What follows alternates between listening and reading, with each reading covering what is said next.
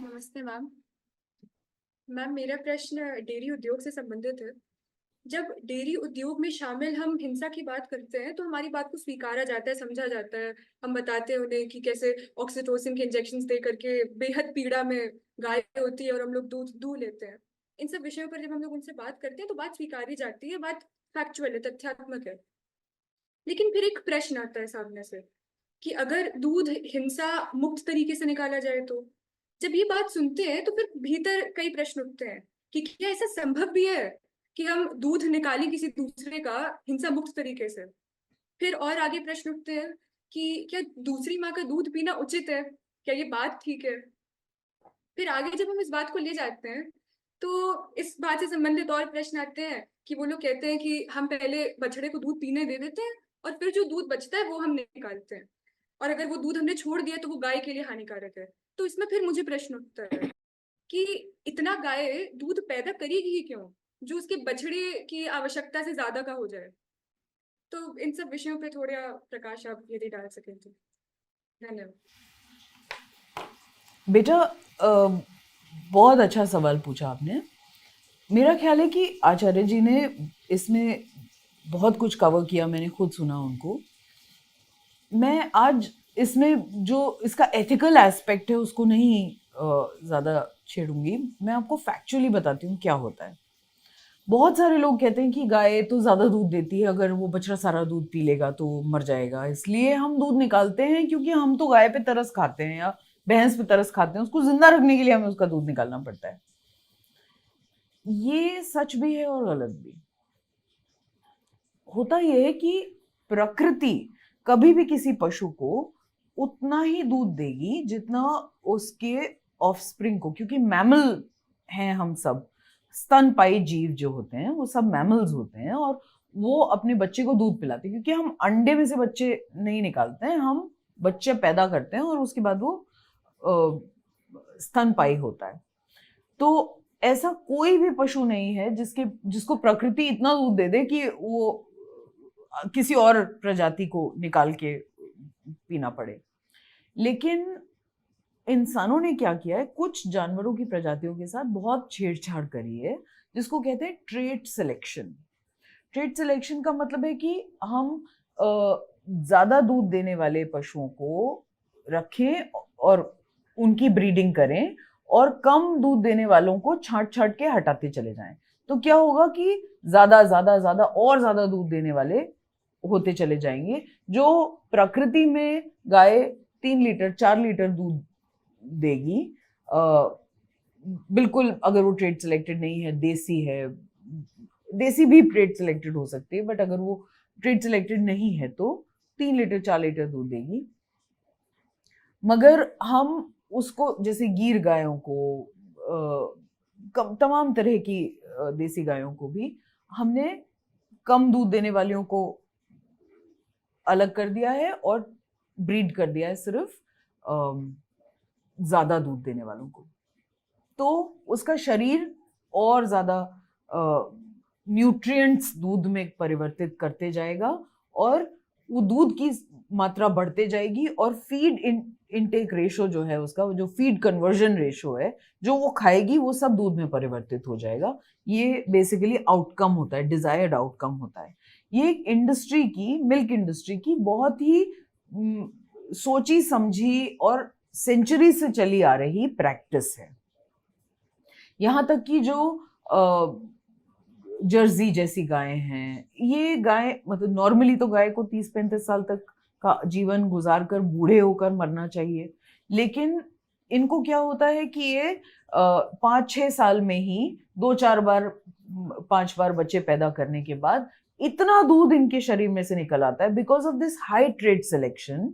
इतना दूध निकल आता है कि वो 6-7 साल से ज्यादा उम्र पा ही नहीं पाती, और वो या तो यूट्रस के प्रोलैप्स से या उसकी बॉडी में कैल्शियम डिप्लीशन इतना हो जाता है कि वो मर ही जाती है। कोई भी गाय दूध की फैक्ट्री नहीं होती। वो सिर्फ गाय या भैंस, व्हेन आई से गाय आई मीन ऑल कैटल, वो फैक्ट्री नहीं होती। वो अगर ज्यादा दूध दे रही है तो वो एक अप्राकृतिक लक्षण है जो इंसानों ने ही उसको जबरदस्ती किया है। इसी तरह मुर्गी, जो प्राकृतिक मुर्गी है वो है रेड जंगल फाउल, जो कलरफुल सी होती है और जंगलों में मिलती है कभी कभी, साल के करीब 40 अंडे देती है। लेकिन हमने ट्रेड सिलेक्शन करके आज एक सफेद मुर्गी ऐसी एग लेइंग hen बना दी है, हाई यील्डिंग वैरायटी, जो साल में 360 अंडे देती है। इट्स लाइक सेइंग कि मैं क्रूड एग्जाम्पल का देकर समझाती हूँ, जैसे कोई भी बॉडीली फंक्शन है हमारा, जैसे महिलाओं को मासिक स्राव होता है, 4 दिन के लिए होता है, 5 दिन के लिए होता है, कुछ लोगों को 6-7 दिन के लिए होता है। अगर हम ब्रीड करना शुरू कर दें ज्यादा मासिक स्राव वालों को, ज्यादा दिन तक होने वाले, और करते जाएं उतना ट्रेड सेलेक्ट कर दें कि फिर हमारे पास ऐसी महिलाएं रह जाएं जिनको मासिक स्राव बंद ही नहीं होता, चलता ही रहता है। वही हाल है मुर्गियों का। बेसिकली क्या है अंडा? ओव्यूलेशन ही तो है। ओव्यूलेशन में और स्राव में कोई अंतर नहीं है। Basically an egg is a hen's period, it's the same thing. तो जो लोग खाते हैं अंडा वो मुर्गी का पीरियड खा रहे हैं, बट हम उसको उस नजर से देखते ही नहीं है। अब हम दूध देखें, हमारी माताएं जिन्होंने हमें पैदा किया, अगर उनको भर भर के जो है वो 10-10 लीटर दूध देने लग जाए और पड़ोसी आके उसमें से लेकर कहें कि क्या है, तकलीफ थोड़ी ना हो रही है, हम अपनी चाय बना लेंगे, ये उतनी एब्सर्ड बात है कि कहना कि गाय को ज्यादा दूध आ रहा है क्योंकि उससे तो हम भगवान ने हमारे चाय के लिए उसको दूध दिया है, इतनी एब्सर्ड बात है।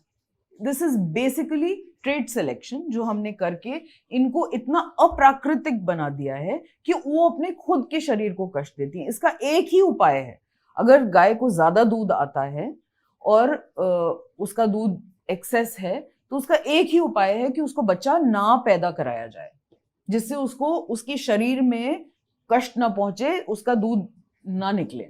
यही एक अहिंसात्मक तरीका है। अहिंसात्मक तरीके से दूध नहीं पाया जा सकता। दूध में हिंसा निमित्त है। दूसरा कि जब हम, कोई कहता है कि मैं तो बिल्कुल अपने घर की तरह गाय को पालती हूँ और उसको मैं दूध पी सकती हूँ, उसका तो कोई फर्क नहीं पड़ता क्योंकि उसका तो बच्चा भी हमारे साथ रहता है। कब तक रखेंगे उसका बच्चा? 30-35 साल की उम्र है, और अगर उसका बच्चा रखा है तो उसके बच्चे को, वो गाय तो एक ही साल उस बच्चे के लिए दूध देगी, अगले साल दूध देने के लिए तो उसको एक और बच्चा पैदा करना पड़ेगा। फिर क्या उस बच्चे को भी रखेंगे? क्या हर साल एक बच्चे को रखेंगे? क्या उनके बच्चों के और बच्चे कराएंगे दूध देने के लिए? और अगर हमने कहीं से अहिंसात्मक दूध पा भी लिया है, तो क्या यही प्रिंसिपल हम अप्लाई करेंगे बाकी की चीजों में, लाइफ में, कि चलो कुछ बुरा थोड़ी ना हो रहा है तो फिर थोड़ा मांस भी खा लेते हैं, है ना, क्योंकि अब तो ये इसके फलां की प्लेट में आ ही गया, उसके पेट में जाएगा, चलो मेरे पेट में जाए, मैं हिंसा थोड़ी ना कर रही हूँ, कोई नया जानवर थोड़ी ना मरा, वही तो है। या चलो किसी का चोरी का कुछ माल पड़ा हुआ है, उसमें से हम ले लेते हैं, हमने थोड़ी ना चोरी करी है, किसी और का है तो क्या फर्क पड़ता है। प्रिंसिपल जो है वो हिल जाता है जब, तो वो यूनिफॉर्मली पूरी प्रवृत्ति में हिलता है। इसलिए अपनी प्रवृत्ति को स्वच्छ रखने के लिए किसी भी प्रकार की दूसरे की वस्तु के इस्तेमाल से बचें। जानवर का दूध उसके बच्चे का है, अगर उसके पास ज्यादा आता है तो वो गलती है हमारी प्रजाति की, जिन्होंने उसका ट्रेड सिलेक्शन किया हुआ है और उसको इतना दुख पहुंचाया, हर साल उसकी गुप्तांग में हाथ घुसाकर उसका आर्टिफिशियल इंसेमिनेशन करके, और फिर हम कहते हैं कि वो माता है और ये है वो है। इससे तो ना ही माता हो तो अच्छा, गाय को गाय ही रहने दें, किसी को माता नहीं बनाना। हमारी माता नहीं है वो, अपने ही बछड़े की माता रहने दें उसको, है ना, क्योंकि हमने अपनी माता बना के उसको कुछ उसका ज्यादा ही शोषण कर दिया है, ऑब्जेक्टिफिकेशन जैसा कर दिया है। अगर हमें सच में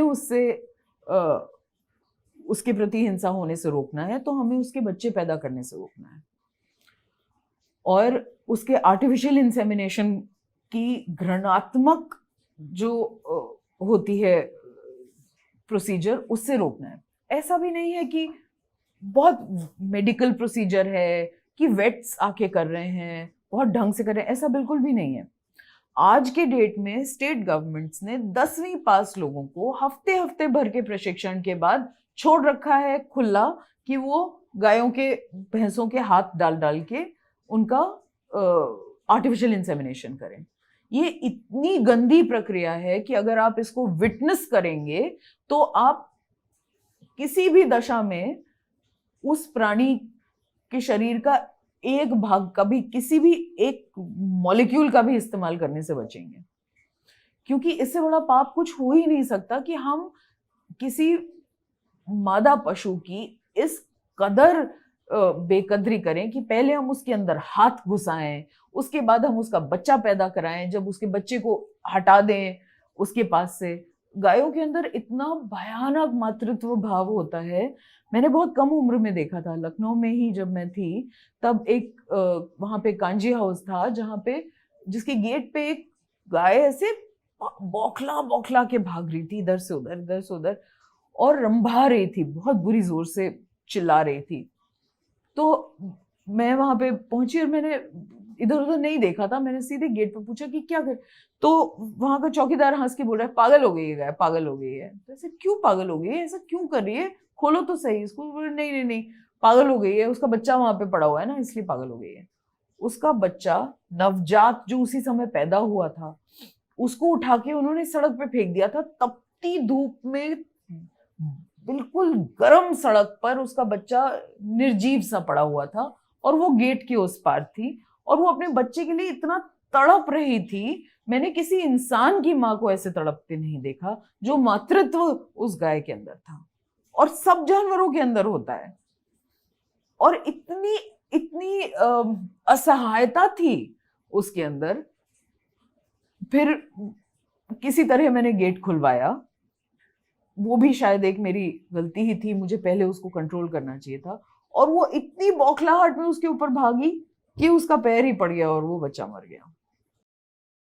मरा ही हुआ था एक तरह से, तो कोई बचने का तो उसका वो था नहीं, मगर इसीलिए उठाकर उसकी लाश उन्होंने ऐसे सड़क पर फेंक दी थी। तो हम इतना बुरा करते हैं, इनके बच्चे पैदा कराते हैं। कभी उनके, दिल्ली में तो ये तक देखा है हमने कि भैंसों के बच्चों को पहले तो एक दिन का ही बाहर बांध देंगे, उसको उसके शरीर में जो उसके माँ के गर्भ से उसको कुछ पोषण मिला वही पोषण उसके पास रहा, और बाकी का ऊपर से मिलने का तो सवाल ही पैदा नहीं उठता। जब वो मर जाएगा तो उसकी बॉडी चली जाएगी काफ लेदर के लिए बिकने के लिए, क्योंकि वो एक बड़ा इम्पोर्टेंट व्यवसाय है काफ लेदर का।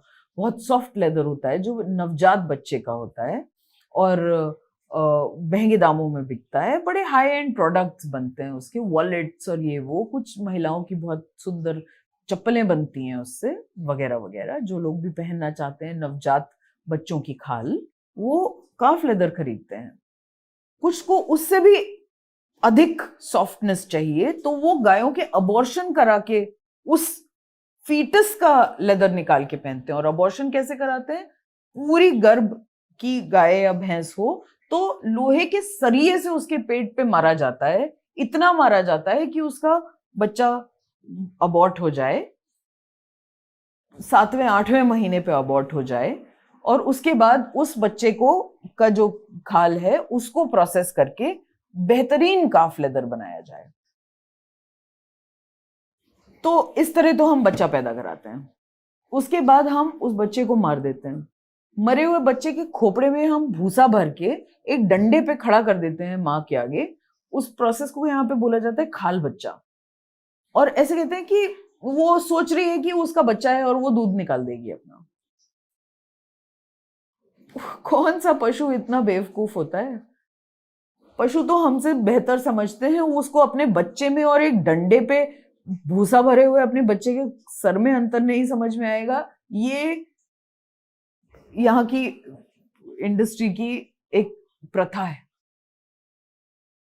उसके बाद वो जब भैंस बच्चा देने से, सॉरी, दूध देने से मना करे और अपने दूध को रोक ले, और क्योंकि एक क्षमता होती है पशुओं में कि वो दूध को रोक सकते हैं, तो उसके बाद तो टाइम तो है नहीं, कोऑपरेटिव की गाड़ी खड़ी हुई है या ग्राहक खड़े हुए हैं, दूध तो निकालना है तुरंत, तो खच्च से एक ऑक्सीटोसिन का इंजेक्शन लगा देंगे। अब ऑक्सीटोसिन क्या है? ऑक्सीटोसिन किसी भी महिला या मादा पशु के शरीर में, इंसानों के भी शरीर में स्वतः पैदा होता है जब प्रसव हो रहा होता है, गर्भाशय में सिकुड़न पैदा करता है और बच्चे को बाहर धकेलता है। ये एक ऐसा हार्मोन है जो उस समय बहुत काम आता है, और इसीलिए ये थेरेप्यूटिक यूज के लिए भी काम आता है जब बच्चा फंस जाता है। महिलाओं के या किसी भी मादा पशु के, बोवाइन्स में भी, अगर बच्चा अटक गया हो तो ऑक्सीटोसिन लगाया जाता है, जिससे कि सिकुड़न हो गर्भाशय में, कॉन्ट्रैक्शंस हो, लेबर पेन हो और वो बच्चा बाहर निकल आए। लेकिन अगर हम रोजाना में उसको ऑक्सीटोसिन का इंजेक्शन लगाएं दूध छोड़ने के लिए, जिससे कि वो जो दूध उसने जबरदस्ती अपने बच्चे के लिए रोका हुआ है वो छोड़ दे, इतना पेन उसको दें जो प्रसव पीड़ा के समान हो, इतना पेन उसको दें जो उसके गर्भाशय में सिकुड़न पैदा करे, और वो डर के मारे, कभी कभी तो गाय भैंसे ऑक्सीटोसिन का इंजेक्शन जब वो भैंस वाला लेके आ रहा होता है, उसको देखते ही उनका दूध छूट जाता है, क्योंकि वो इतना कांप जाती है उनकी रूह। प्रसव किसी महिला को एक बार होता है, 2 बार होता है अपनी जिंदगी में, 3 बार होता है, वो पूरी जिंदगी अपने बच्चों को सुनाती है कि मैंने तुम्हारे पैदा करने के लिए कितना कष्ट झेला था। इन गायों भैंसों को हम दिन में 2 बार प्रसव पीड़ा देते हैं, और वही ऑक्सीटोसिन जो उस भैंस को लगा है, क्योंकि वो उसी समय दिया जा सकता है जिस समय दूध निकाला जाए, और वो इमीडिएटली दूध में आ जाता है, और उस ऑक्सीटोसिन के रेजिड्यू को हम कंज्यूम करते हैं। जब हम कंज्यूम करते हैं तो वो एक्सेस ऑक्सीटोसिन महिलाओं के और पुरुषों के शरीर में जाता है, बच्चों के शरीर में जाता है। आज की डेट में एक केस चल रहा है दिल्ली हाई कोर्ट में, इनफैक्ट 12 तारीख को फिर से उसका हियरिंग है, जिसमें ये रिकॉर्ड हुआ है कि रिसर्च में एस्टैब्लिश्ड है दैट ऑक्सीटोसिन जो ह्यूमंस कंज्यूम करते हैं, इसकी वजह से मर्दों में, आदमियों में नपुंसकता आ सकती है, महिलाओं में फेशियल हेयर ग्रोथ, तमाम तरह के और हार्मोनल इम्बैलेंसेस आ सकते हैं, आदमियों में स्तन पैदा हो सकते हैं और की बढ़त हो सकती है, वगैरह वगैरह।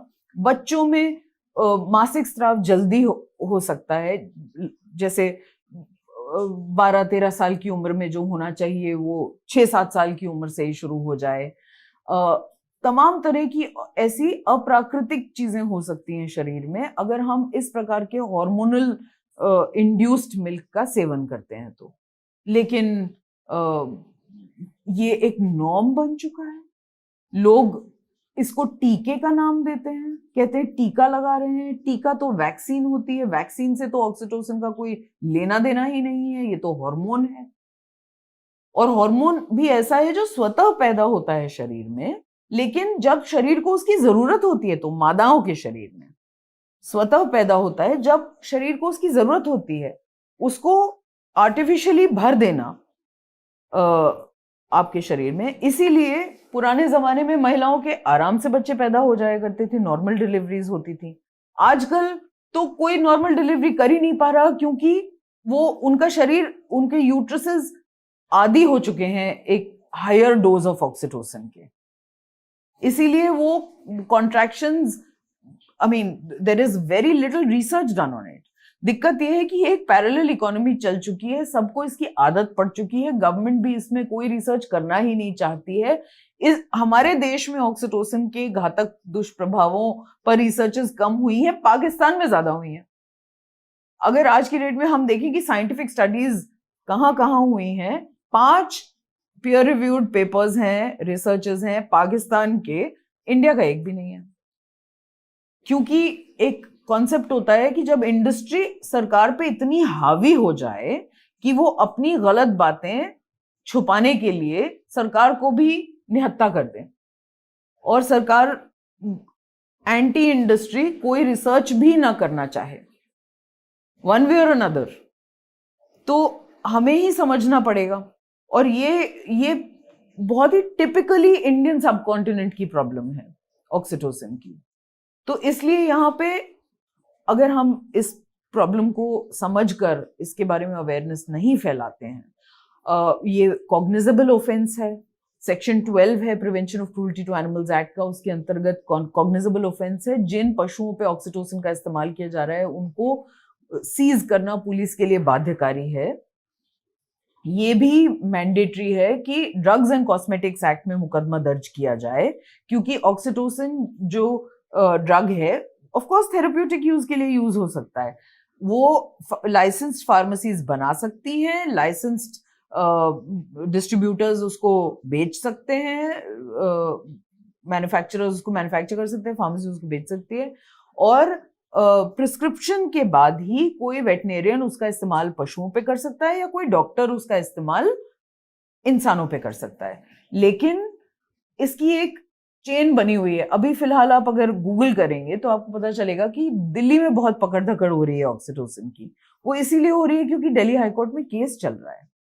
दिल्ली हाईकोर्ट इसको डिटेल में सुन रहा है कि कैसे ऑक्सीटोसिन रिडन दूध पूरे दिल्ली को पिलाया जा रहा है। और दिल्ली में तो चलिए फिर भी राजधानी है, अगर यहां ऐसा हो रहा है तो बाकी प्रदेशों में क्या हाल होगा। तो सब जगह इसके बारे में जागरूकता फैलानी जरूरी है। ये बहुत कॉम्प्लिकेटेड टॉपिक है नहीं, क्योंकि कोई चोरी छुपे ऑक्सीटोसिन दे नहीं सकता। दूध निकालने के समय पर ही देना पड़ेगा। दूध दोहने का समय निश्चित है, सुबह और शाम। दूध दोहने का स्थान निश्चित है, वही डेयरी। तो अगर उस समय पर हम उसको रंगे हाथों पकड़ लें, खाली 100 ml की प्लास्टिक की या कांच की बोतल होगी, उस पे कोई ऐसा वैसा सा ही टैग लगा होगा, स्टिकर लगा होगा, या कभी ऐसे कुछ भी नहीं लिखा होता। यहाँ पर तो हमने पकड़ा दिल्ली में, उस पे टाटा लिखा हुआ। ऑफ कोर्स फर्जी, कंप्लीटली इलीगल कुछ भी लिख देते हैं, क्योंकि ये अवैध रूप से मैन्युफैक्चर्ड ऑक्सीटोसिन है और अवैध रूप से डिस्ट्रीब्यूटेड। इसके पूरे चैनल्स इतने वेल एस्टैब्लिश्ड हैं इतने सालों से कि इनको पकड़ना और इनको प्रोसिक्यूट करने के लिए हाईकोर्ट ने ये तक कहा है कि अब हम क्या सीबीआई लगाएं अगर इंटेलिजेंस डिपार्टमेंट दिल्ली पुलिस का नहीं पकड़ पा रहा है। तब कहीं जाके उन्होंने थोड़ा बहुत वो पकड़ा, सप्लाई चेन्स, कुछ डिस्ट्रीब्यूटर्स को जेल करी है, बट बहुत कुछ और करना बाकी है। जब तक सब कहना शुरू नहीं करेंगे कि ये अपने एरिया के दूध वालों को कि ये क्या है, ये टीका क्यों लगा रहे हो, और तुरंत पुलिस को बुलाकर रंगे हाथों उनको नहीं पकड़वाएंगे। कॉग्नाइजेबल ऑफेंस है, पुलिस टेक्निकली मना नहीं कर सकती है एफआईआर करने के लिए। सुप्रीम कोर्ट का जजमेंट है कि कोई कॉग्नाइजेबल ऑफेंस आप पुलिस को बताएं तो वो उनके लिए लाजमी है मुकदमा लिखना। जैसा कि मैंने कहा, हैंडबुक अपने साथ रखेंगे, हैंडबुक में स्पेसिफिकली प्रोसीजर्स भी लिखे हुए हैं, पुलिस को वो दिखाएंगे और उसके बाद हर ऑक्सीटोसिन के एडमिनिस्ट्रेशन के केस में मुकदमा दर्ज कराएंगे। तो हो सकता है कि हम पब्लिक हेल्थ को, और पब्लिक हेल्थ से भी ज्यादा जरूरी है उस बेचारी माँ को बचा सकें जिसका बच्चा छिन गया, जिसको 1.5 फुट की चेन से बांधा गया पूरी जिंदगी, जो शायद उसी दिन खुलेगी जिस दिन कटने जाएगी, जो बनी ही इसलिए है, ऐसा ही मानते हैं लोग कि हर साल एक बच्चा पैदा करेगी और एक बच्चा पेट में होगा और एक बच्चा मरा हुआ होगा, लाइक कॉन्स्टेंटली प्रेग्नेंट। इमेजिन करें कि यदि हमारी किसी जानकार महिला को या हमारे साथ ऐसा हो तो क्या हो। ये ना हमसे कम है किसी भी लक्षण में, बस बोल नहीं सकते हमारी भाषा, इनकी भाषा हम ही समझ सकते हैं। और अगर कोई हमसे कहे कि हिंसात्मक दूध नहीं है तो हमें उनको बताना चाहिए कि दूध में हिंसा निमित्त है। दूध को हिंसा से अलग नहीं किया जा सकता। अगर हम दूसरी प्रजाति का दूध छीन रहे हैं तो प्रकृति को जितना दूध हमें देना था वो हमारी माँ के जरिए हमें मिल चुका है। हमें किसी और प्रजाति की का दूध नहीं लेना है। ये एक अप्राकृतिक और हानिकारक भोग करने की टेंडेंसी है जो इंसानों में बहुत प्रबल है। खास तौर पे भारतीय लस्ट जो है दूध के लिए, वो एक बहुत ही हानिकारक और अप्राकृतिक है, और इसके बगैर हम एक बहुत बेहतरीन जिंदगी जी सकते हैं। रिसर्च हैज प्रूवन कि milk is not good for us. यहाँ तक कि ये भी आया है, यहाँ इनफैक्ट दिल्ली हाई कोर्ट के ही मैटर में कोर्ट ने बोला food safety and standards authority को कि आप चेक करिए कि कितने सैंपल्स क्वालिफाई करते हैं सेफ मिल्क के लिए। तो पाया कि अधिकतर सैंपल्स में एफ्लाटॉक्सिन नाम का एक मोल्ड पाया गया। एफ्लाटॉक्सिन जो मोल्ड होता है वो क्या होता है, वो तब आ जाता है दूध में जब गाय ने या तो कोई सड़ा हुआ भूसा खाया हो या उसको सड़क पे कूड़ा करकट खाने के लिए छोड़ दिया गया। तो अगर वो कूड़ा करकट खाती है तो वो कूड़ा करकट ही दूध के रास्ते निकालेगी। अगर उसने भूसा मोल्डी खाया है या भूसे में कोई फंगस आ गई है या किसी प्रकार का कोई कंटेमिनेशन आ गया है, तो उसके दूध में एफ्लाटॉक्सिन निकलेगा जो कार्सिनोजेनिक है, जिसको उबालने से भी हटाया नहीं जा सकता, और उससे न सिर्फ हमें कैंसर पैदा हो सकता है बल्कि तमाम तरह की बीमारियां शरीर में उससे आती हैं। कैंपाइलोबैक्टर, इकोलाई से लेकर साल्मोनेला, ब्रूसेलोसिस, तमाम तरह की बोवाइन ट्यूबरकुलोसिस, जो टीबी इंसानों में होता है, हड्डियों में हो चाहे फेफड़ों में, वो तो किसी तरह उसके लिए प्रोटोकॉल्स हमने बहुत अच्छे सेट कर लिए हैं और उसका इलाज भी हो सकता है। लेकिन जो बोवाइन ट्यूबरकुलोसिस आता है हमारे अंदर, वो बड़ा रेजिस्टेंट होता है और उससे बाहर निकलना, उससे इलाज होना बहुत मुश्किल होता है। और अक्सर ये बीमारियां हैं जो हम अपने अंदर ले लेते हैं जब हम अहिंसात्मक मिल्क भी इस्तेमाल कर रहे हो। तो दूध से दूर रहना, गायों के बच्चे न पैदा कराना ही सबसे अहिंसात्मक तरीका है।